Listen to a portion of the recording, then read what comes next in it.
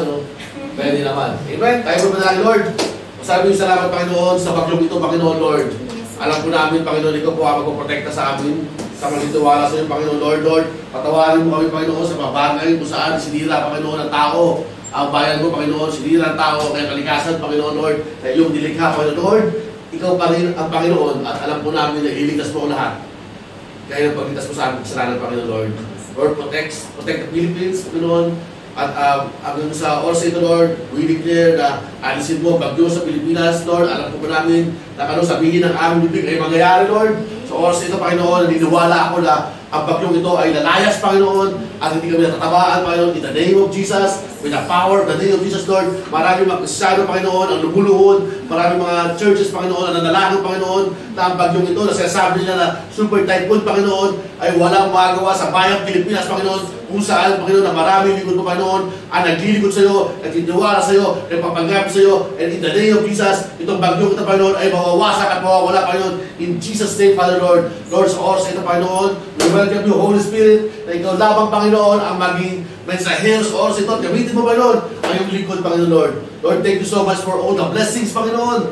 At alam po namin, natinig na namin, na patuloy yung Panginoon na magbibigay sa amin ng pagpapala, Panginoon, Lord. Lord, thank you so much for your message. In Jesus' name we pray.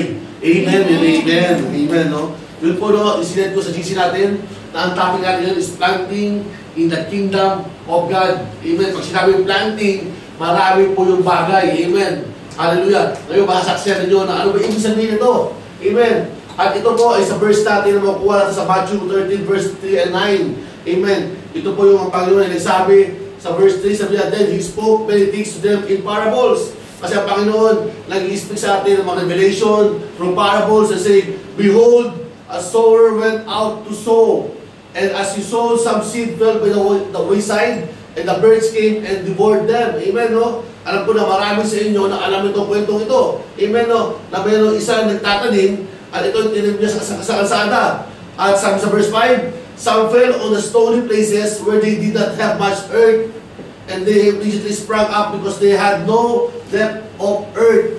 Number 6, but when the sun was up, they were scorched, and because they had no root, they withered away. Amen. Verse 7, and some fell among thorns, and the thorns sprang up and choked them. Amen, no? And 8, but others fell on good ground and yielded a crop. Some are 100-fold, some are 60, and some are 30. And then jump po tayo sa Matthew, amen, no? Matthew 13, verse 18 to 23. Sabi sa verse 18, therefore, hear the parable of the sower. Sinagot ito. May nakita nito yung sa parable na nito. Isa sinabi kanina, kung anong ibig sabihin nun. Verse 19, when anyone hears the word of the kingdom and does understand it, then the wicked one comes and snatches away what was sown in his heart. This is he who receives seed by the wayside. Amen? Yung kanina, verse 20, but he who received the seed on the stony places, this is he who hears the word and immediately receives it with joy. Amen. Verse 21, yet he has no root in himself, but endures only for a while. For when tribulations or persecution arises, because of the word, immediately stumble. Amen. And verse 22, now he who receives seed among the thorns is he who hears the word, and the cares of this world and the deceitfulness of riches choke the word and becomes unfruitful.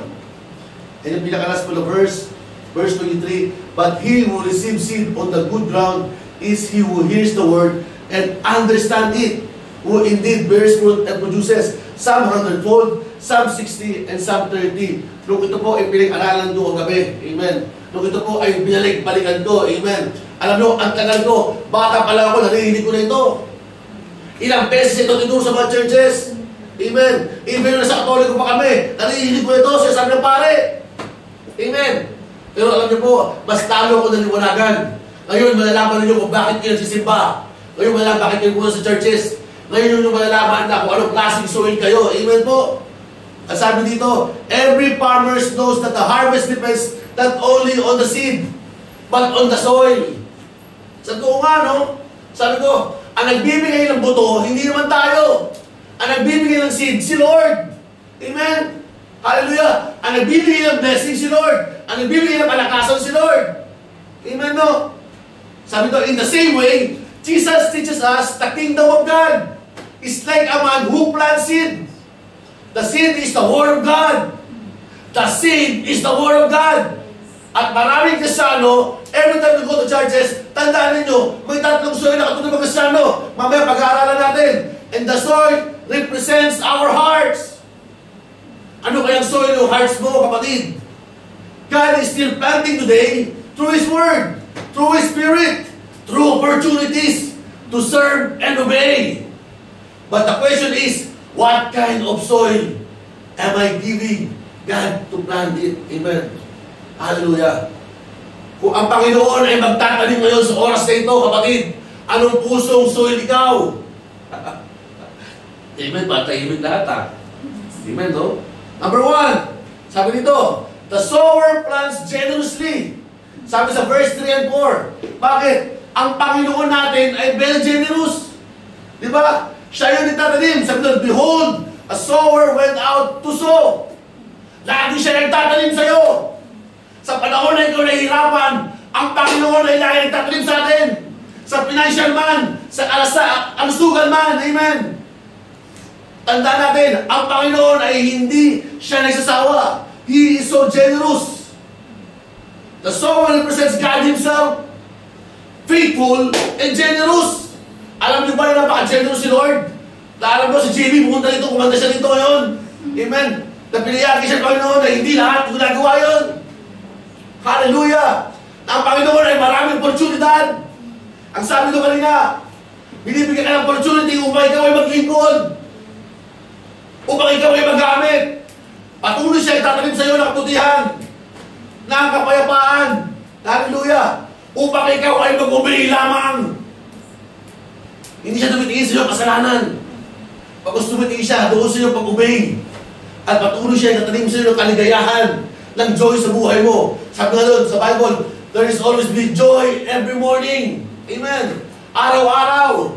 At sabi dito, He never stop planting. Woo! Even if some needs fall by the wayside. Hallelujah! Kasi bakit? God give His word to everyone. The word of God is for everyone. Ang buto ay para sa lahat. But not everyone receive it. Hello? Naalam niyo ba si Lord itatanim sa atin palagi? Lagi siya may binhi, lagi siya may buto para sa inyo. Pero minsan, hindi natin ito tinatanggap. Sabi niya, be like the sower. Keep planting kindness. Amen. Are you kind to others? Keep planting prayer. Did you pray your co-members, co-churches? Amen. Your friends, your brother and sister. Hallelujah. This world, di ba? Yun po yung trabaho natin. Magtanim tayo na magtanim. You keep planting faith. Where is your faith, brother? Where is your faith, sister? Amen. Sa panahon na ikaw, hindi mo nakaaway. Nasaan ang faith mo? Sinasabi mo, ang lakas-takas mo. Sinasabi mo, galing-galing mo. Pero sa time na ikaw ay nahihirapan. Amen. Bakit ka nagkulang magtanim? Amen.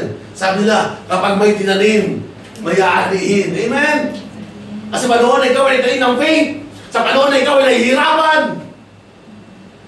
Doon mo aanihin yun. Doon ka lalaban. Kaya ang dami nagpapakamatay. Amen. Mas inuulang nila yung mundong ito. Rather than doing prayer, doing faith. Diba? Trust the Lord. Sabi doon, are you keep planting obedience? Sumusunod ka ba sa iyong magulang? Amen. Sumusunod ka ba kay Lord? Sumusunod ka ba kay pastor? O ikaw na lang may alam, ikaw na matalino. Amen. Ikaw na lang pinapakita mo sa iyong sarili. You're self-centered. Hello? Diba? Kanina, anong title natin? Amen? Planting in the kingdom of God. Pero ngayon, pinapakita ni Lord kung gaano ka pagtanim. Hindi lamang sa salapi, kapatid. Hallelujah. Amen. As a part of the obedience, as part ng pagtatanim, is pati magsunod mo kay Lord. Maraming Kristiyano ayaw sumunod kay Lord. Kasi marami na tayo katulad nila na magaling. Amen. Hallelujah. Kaya minsan ang hirap. Amen. Even we don't see the result yet. Kapag ikaw ay nagtanim, tandaan mo, wala nagtanim na hindi umani. Amen. Amen. Kaya ang time blessing, nung panahon tayo na nanalangin, remember last year, Lahat tayo walang trabaho. Yes. And we keep on praying. We keep on praising the Lord. We shout hallelujah in the glory of God. And we declare na magkakatrabaho tayo lahat at tayo lahat hindi katrabaho. And God is moving us to the new step, to the new level. And we're going out. Because God is going to use us. Amen. Lahat ng ating panalangin, lahat ng ating prayer, lahat ng ating dictation, ngayon ay inaanin natin. Hindi lahat. Kasi nga, bakit? Sinabi kanina, maraming soil. Amen. Ay ngayon malalaman natin, tuturo natin. Amen. Na yung nagtatanim is katulad ng Panginoon natin. He is very generous. Amen. Hallelujah. Amen. Sabi sa Galatians 6 verse 9, let us not grow weary. Hey. Kung ikaw ay niniwala sa Bible, Galatians 6 verse 9, sabi niya, let us not grow weary when doing good. For in due season, we shall reap if we do not lose heart. Amen. Sabi nga ng asawa kanina, Mami, sa dati sabi niya, puntayin mo ba sila umulan, bumabagyo? Sabi ko noon, in season and out of season, we need to praise, we need to celebrate, we need to give glory to the Lord. That's our part. Amen. That's our ministry. Because the God we serve is the Lord of Lords and the King of Kings. Amen. Diba? Napaka-bless nyo. Kasi yan dito ka kapatid. Amen. Hindi ka dito dahil walang purpose si Lord. Mayroong purpose si Lord. Amen. Kasi time, gagamitin ka niya. Hallelujah. Hindi na yung purpose mo si Pastor Jing doon. O si Pastor Jerry sa Hong Kong. Dahil ganun-ganun lang. Amen. Bakit? Purpose ng Panginoon yun. Ano man ang mangyari? Kasi nagtanim sila. Amen. Sabi mo kay Ian, gumawa ng passport mo. Amen. Kasi bakit? Ang tayo mo tinanim. At ang sarap ang tanim sa kingdom of the Lord. At sabi dito, due season we shall reap if we do not lose heart. Huwag mo nga alas ang puso mo sa pagtatanim. Kasi bakit? Tandaan mo, wala nang tanim na hindi umani. Hallelujah! Diba? Kaya nga ang daming wala dito ngayon. Bakit? Ano sabi ko sa kanya sa kanina, tignan mo bakit kayo atake ng kaaway. Kasi bakit? Mahina ka. Hindi ka nagtatanim. Pagpunta sa church, mahina ka pa lang. Ganyan ba klase ang Panginoon natin? Amen? Hallelujah? Na hindi ka kaya protektahan sa bagyo, sa hangin, sa ulan. Amen? Lalo yung tatlo sa panahon na sila, hinulog doon sa umaano kapoy. Niligtas sila, Lord. Nagchichispisa pa sila doon. Nagmamalantasan pa sila. Hallelujah! Tapos inaawit natin. Di ba? Ano sir? Punta mo ako sa apoy, hindi ako masusunog. Amen? Tapos yan ang bagyo, narinig mo. Takot ka na. Hello? Kaya parang sa rin na, dito kayo. Kasi bakit? Hindi ganun kadali. Alabahin ang mundo ito. Amen? But we are still dead. Tignan natin kung anong puso na meron tayo. Amen po? Tandaan natin, the sower plants generously and God, He Himself. Number 2, the soil determines the growth. Amen? Yan. Yung soil, kung sinusoil ka, malalaman mo yung paglago. Bakit? Sabi nito, some fell on the stony ground, some among thorns, but others on good ground. Amen? Bakit sinabi yun? Jesus describes 4 types of soil. Yan, malalaman natin. Which represent the condition of the heart. Amen? Marami siguro, dagdagan natin, no? Marami rin Kristyano ng lalamig, no? Kung sa panahon na bumabagyo, di ba? Sabi niya, una-una, wayside. Yung mga soil sa wayside. Yan yung pusong bato. Amen? Yung mga hard heart. Amen? Hears but doesn't understand. Di ba? Nakinig pero hindi naintindihan. The word is stolen by the enemy. Inakaw kagad. Amen? Kasi may pusong bato. Sila yung mga wayside Christian. Amen? Yung mga he said the way, the truth, and the life. Sila yung mga wayside lang. Sa higilid lang. Amen? Hallelujah. Nalala ko, sabi na, saan ka nakatira? Sa village. Ayo, sa village. Grabe yun, no? Hallelujah. Kaya ngayon, number 2, yung stony ground. Yun yung mga shallow heart. Ano yun? Receive with joy but has no roots. Wala silang mga root. Amen. Wala silang mga ugat. easily give up in trials. Kapag ikaw ay trials, pag ikaw ay natalo, nag-give up ka na. Imbis na lumaban ka, hindi. Masusunod, mananalo din ako. Because I have the God who I serve. Masusunod, makaka-receive din ako ng blessing. Amen. Hindi yung sa dalilan, takalo ka na agad. Diba? Sila yung mga stony ground. Shallow heart. Amen. Hallelujah. Ikaw ba yun? Pangatlo, yung mga thorny ground. Yun, yung marami mga, sabi ko, mga tinik. Yan yung mga crowded heart. Napaka-crowded nila. Yung puso nila napaka-crowded. The world is choked by worries, riches, and worldly distraction. Ba't kayo distract na mundo ito? Amen. Hallelujah. Sabi ko kanina, this world will full of tribulation. Malulusaw to. Masisira to. Pero sabi niya, the word of God will remain forever. Isa lang ang manatili. Yung kanyang salita. Kaya kung ikaw ay naniniwala sa salita ng Panginoon, ba't ka mag-worry? Amen. Ano man ang mangyari? God is with us. No matter what. Nagpunta kami sa Hong Kong, wala kami. Nakauwi pa kami. Oh. Nagbigay pa sa amin dito, ganyan. Amen. Busog na busog kami. Mamaya, kumakain. Hallelujah. Tuwa nga ako dun eh. Di ba? Hallelujah. Ay yung pinakula, yung good ground. Yan yung mga faithful heart. Are you faithful? Amen. Nakasabi ng faithful, sabi ng Amen.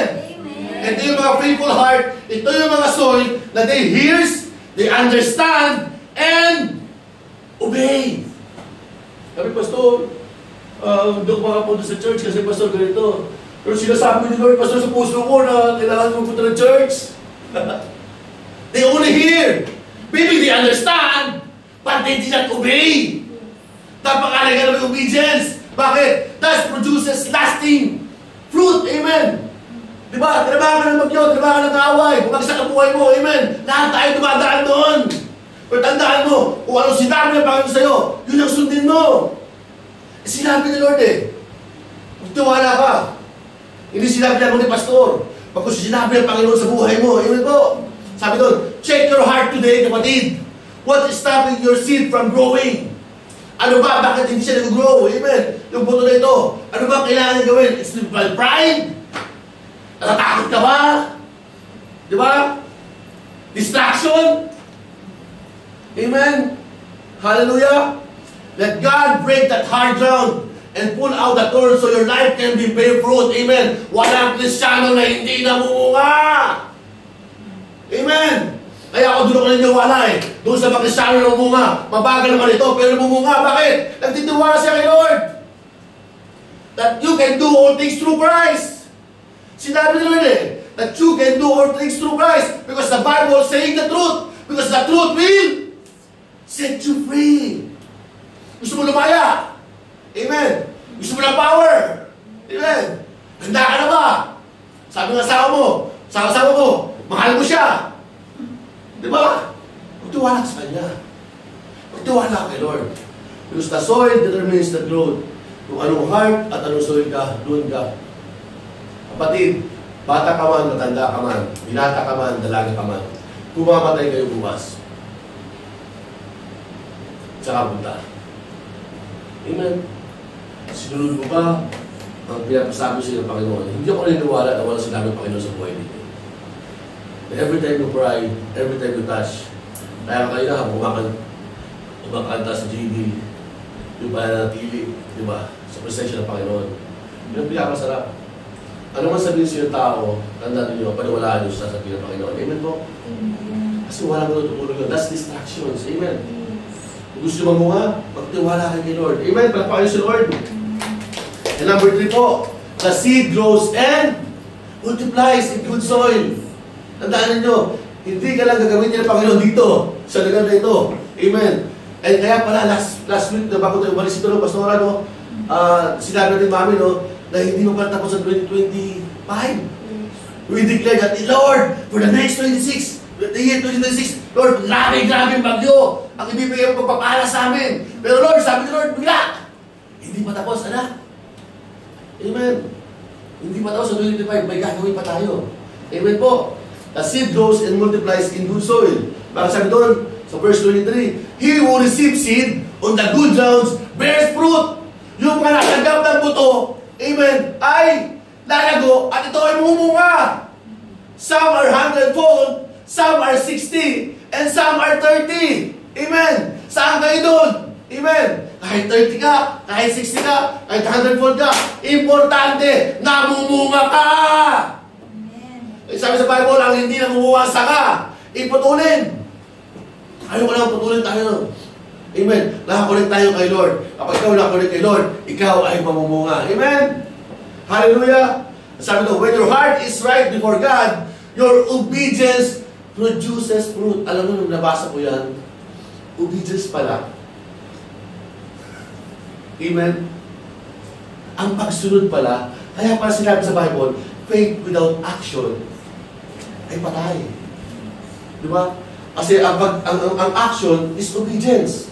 Ibig sabihin, pag sinabi ng coach si Jerry, ito gawin mo, ito gawin mo. Amen. Hallelujah. Kasi bakit? May insults.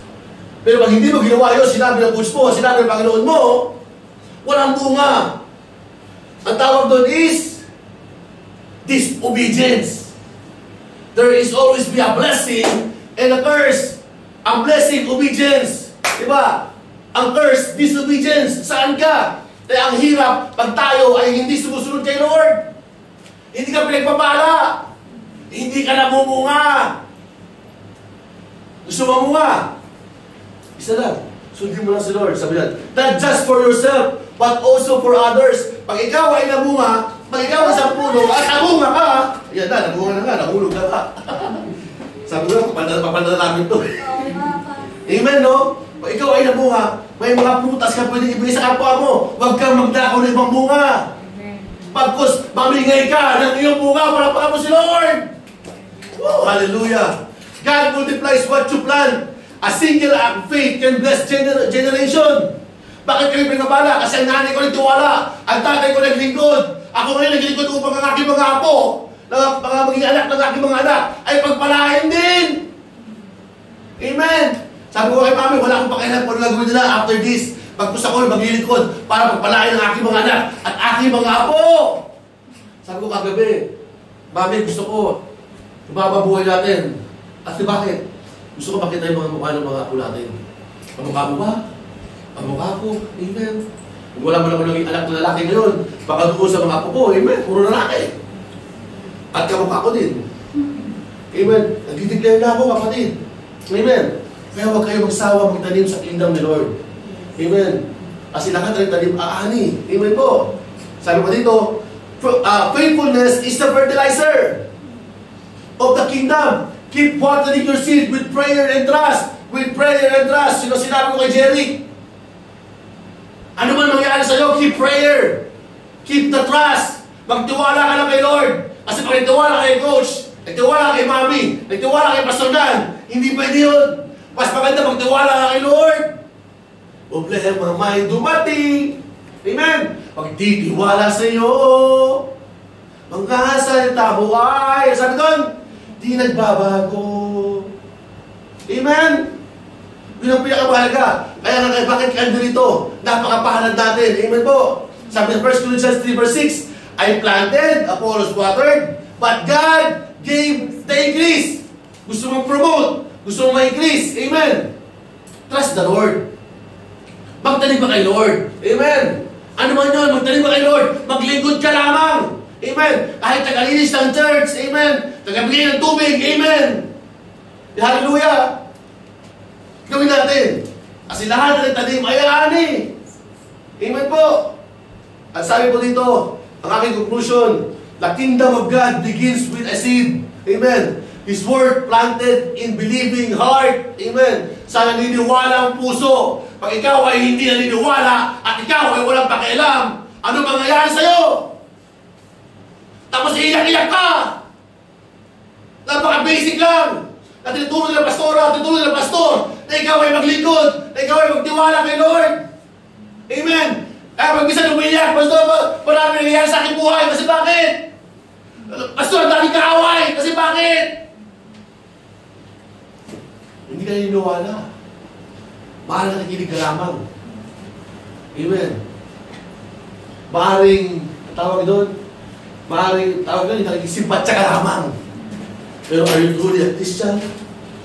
At Kristiyano na naniniwala kay Lord. Kasi naniniwala kay Lord, gumagawa. Ano man ang pagsubok, ano man bagyo, amen. Nagpupunta sa gawain, amen po. Walang wala siya, pupunta sa gawain, amen. Hallelujah. Pero pagdating na Panginoon, pag siya ay may sakit na, doon pa na siya magtitiwala kay Lord. Amen. At walang-wala na. Remember, sabi niya, the sower is a faithful. Amen. The seed is powerful. Amen. The soil is your responsibility. Responsibility mo sa sarili mo. Amen. Bakit? Si Lord is faithful. Amen. Si Lord ay nagbibigay ng buto. At powerful yun. But the soil is your responsibility, kapatid. Let God make your heart a good ground, ready to grow His Word and produce a harvest of righteousness, faith, and blessing. Amen. Hindi natin pwedeng ipilit sa lahat. Huwag mo na pakilaman yung katabi mo. Amen. Ang pakilaman mo yung sarili mo. Amen. Kung ikaw ay isang ina, pakilaman mo yung pamilya. Amen. Hallelujah. Pag ikaw ay isang ama, magbigay ka ng pagkain sa iyong pamilya. Amen. Pero yung ginagawa ng Panginoon, hindi yan pinapakilaman kung may bahay niya na. Amen. Kasi bakit? Minsan, ang sarili natin, hindi natin kayang i-accountable. Hindi natin kayang i-responsible. Amen? Matandaan lang natin lagi. Amen po. There is a blessing doon sa mga tao may ground, may good ang kanilang puso. Amen? At natitiwala lamang kay Lord. Amen po. Sabi dito, ito po yung pinost ko kayo sa Facebook ko, in God's kingdom, our job is to keep planting. Amen? What yun? His Word, our faith, our obedience, and let God bring the harvest. Darating ang time mag-harvest ka. Darating ang time, maalala mo, amen. Hallelujah. Naalala ko yung kwento ni Pastora Jane, na binigay siya sa tumulong sa kanya sa SSS mo yun. Hindi naman niya nakala yun. Pero tumulong lamang siya sa taong yun. Amen. Kaya keep on planting, kapatid. At magtiwala ka kay Lord. Si Lord ang magbibigay ng harvest. Amen. Hallelujah po. Palapakan natin si Lord. At tayo ay tumayo. At sabay-sabay natin i-pray ang bagay na ito. Pagbilang ko ng 3, sabay-sabay tayo. In 1, 2, 3. Lord, make my heart good soil. Remove every stone of doubt, every thorn of distraction, and every hardness of pride. Plant your word deep in me, and let it bear fruit that brings glory to you. May my life be a testimony of your kingdom growing within me. In Jesus' name, amen. Hallelujah. Sige po, taas pati mga kamay. Lord, maraming salamat, Panginoon, na kami, Panginoon, ay tinulungan, Panginoon, hindi lamang sa pagtatanim, Panginoon, kung paano kami, Lord, na magtitiwala sa iyo. Lord, sa oras na ito, Panginoon, alisin mo yung mga bagay na buwabalakit sa amin.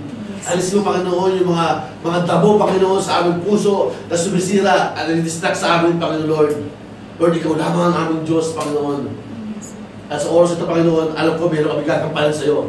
Napakasarap na magpuri sa iyo, Panginoon. Yes. Napakasarap na magtiwala sa iyo, Panginoon.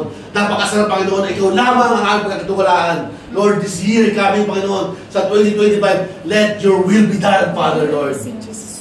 At gamitin mo kami, Panginoon. Handa kami magpagkamit sa iyo. Salamat sa paglilis sa aming puso, Lord. At sa oras na, Panginoon, itataas po namin ang aming mga pamilya, Panginoon. Lord, ang aming mga ama, ang aming mga ina sa tahanan, ang aming mga kapatid, ang aming mga kuya, Panginoon, Lord. Lord, let your power, in the name of Jesus, let the healing, Panginoon, upon them, Father, Lord. Maraming salamat, Panginoon, sa aming mga nanay. Maraming salamat sa aming mga tatay, Panginoon, Lord. Lord, sa oras na ito, let the faithful heart, a servant heart, a good ground soil, Panginoon, ang manatili sa amin. Salamat, Panginoon, sa pagtuturo. Salamat din, Panginoon, sa pagbibigay sa amin ng chance, Panginoon. Thank you for your goodness, Father, Lord. And let your will be done, Father, Lord. Thank you for all the blessings, Father, Lord, sa oras na ito. At anuman bagyo, Panginoon, na dumating ngayon, Panginoon, alam po namin na ikaw, Panginoon, ang mag-aayos sa lahat. Gamitin mo, Panginoon, ang maparating na bagyo, Panginoon, upang magising kami, Panginoon. Gamitin mo siya, Panginoon, na maging kaputihan para sa amin. Kasi alam po namin, lahat hawak mo, Panginoon. Everything belongs to you, Father. Yes. Hallelujah. And every bad things will turn into good. Yes. Because you alone, as sabi mo, surely goodness and mercy will follow for the rest of our life. Yes. Lord, maraming salamat, Panginoon, sa aming pagkasalusaluhan, Yes. sa aming pagkain, Panginoon, Lord, at sa aming pag-uusapan, Panginoon, Lord. Ikaw ang maitaas. At maraming salamat, Panginoon, sa lugar na binigay mo sa amin. Oh, hallelujah, Lord. Salamat sa promotion, Panginoon. Yes. Na nagtiwala ka sa amin. Sa isang taon pa lamang namin, Panginoon, kami yung pinagkatiwalaan, Lord. Maraming salamat, Panginoon, sa pagtuturo mo sa amin na handa kami magpaturo, Panginoon, Lord. Lord, handa po kami gamitin mo, Panginoon, sa lugar na yun, Panginoon, at sa mga kaluluwang ibibigay mo pa sa amin, Panginoon, Lord. Dahil ikaw lamang ang aming susundin. Wala nang iba, Panginoon. Let your power, Panginoon, at ikaw po bahala mag-provide, financially, Father, Lord, we give to you. Sa mga gamit na gagamitin, Panginoon, we give to you, Panginoon. At one thing alone, we go back on the glory and honor for you alone. In Jesus' mighty name. At ay masabi na, Amen and amen. So yun, thank you so